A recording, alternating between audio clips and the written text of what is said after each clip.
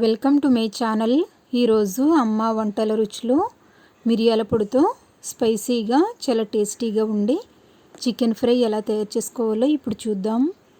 Mixing బౌల్లో అరకిలో chicken వేసుకొని 2 లేదా 3 టేబుల్ స్పూన్లు పెరుగు, 1.5 టీ స్పూన్ అల్లం వెల్లుల్లి పేస్ట్, 1/2 టీ స్పూన్ పసుపు, తగినంత ఉప్పు, 1/2 చెక్క నిమ్మకాయను జ్యూస్ తీసుకొని వేసుకోవాలి.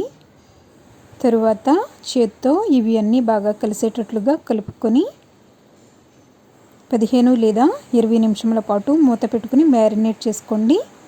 మీరు ఫ్రిడ్జ్లోనైనా పెట్టుకోవచ్చు, లేదంటే బయటైనా 20 నిమిషముల పాటు మ్యారినేట్ చేసుకోండి. తరువాత స్టవ్ మీద కడాయిని పెట్టుకొని 1 టేబుల్ స్పూన్ ధనియాలు, 2 యాలకులు, 3 లవంగాలు, చిన్న దాల్చిన చెక్క ముక్క, 3 టీ స్పూన్లు మిరియాలు, 1 టీ స్పూన్ జీలకర్ర వేసి లో ఫ్లేమ్లో వేయించుకోవాలి.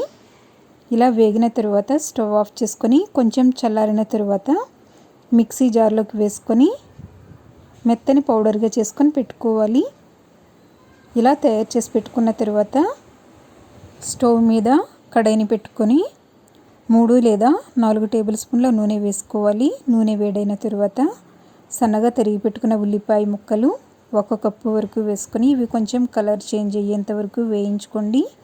ఇప్పుడు 2 చిటికెల పసుపును వేసుకొని అంతా బాగా కలుపుకున్న తర్వాత మ్యారినేట్ చేసి పెట్టుకున్నటువంటి చికెన్ వేసుకొని ఒకసారి అంతా బాగా కలుపుకొని మూత పెట్టుకొని 10 లేదా 12 నిమిషముల పాటు లో ఫ్లేమ్ లేదా మీడియం ఫ్లేమ్లో మధ్యలో కలుపుకుంటూ ఉడికించుకోవాలి. వాటర్ మొత్తం ఇంకిపోయి కొంచెం డ్రైగా అయ్యేంత వరకు ఉడికించుకోండి. ఇలా కొంచెం దగ్గరగా అయ్యేంత వరకు ఉడికించుకున్న తర్వాత ఇందులో చీల్చి పెట్టుకున్నటువంటి పచ్చిమిరపకాయలు 3, పావు కప్పు వరకు కరివేపాకును వేసుకొని అంతా బాగా కలుపుకోవాలి. తరువాత మూత పెట్టుకుని ఇంకొక 2 నిమిషముల పాటు మీడియం ఫ్లేమ్లో మగ్గించుకోండి. ఇలా ఆయిల్ పైకి వచ్చేంత వరకు ఉడికించుకున్న తర్వాత రుబ్బుకొని పెట్టుకున్నటువంటి మిరియాలు మసాలా పౌడర్ని వేసుకొని కలుపుతూ మీడియం ఫ్లేమ్లో ఇంకొక 3 నిమిషముల పాటు వేయించుకోవాలి.